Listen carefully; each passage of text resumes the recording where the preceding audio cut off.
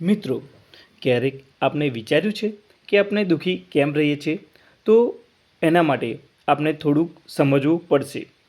આપણે ઘરનો દરેક ખૂણો તો સાફ રાખીએ છીએ, પણ પોતાના મનની અંદર રહેલા વિચારોને સાફ રાખવાનું ઘણીવાર ભૂલી જઈએ છીએ, બરાબર ને?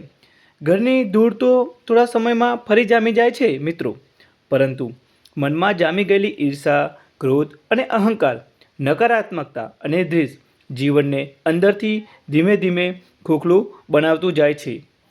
જે દિવસે આપણે મનની સફાઈ શરૂ કરી દઈએ તે દિવસે જીવનમાં શાંતિ, પ્રસન્નતા અને સાચો આનંદ આપમેળે આવવા લાગે છે.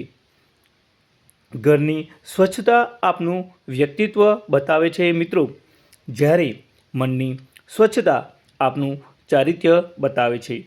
મિત્રો, ખુશ રહો, સ્વસ્થ રહો. જય શ્રી કૃષ્ણ.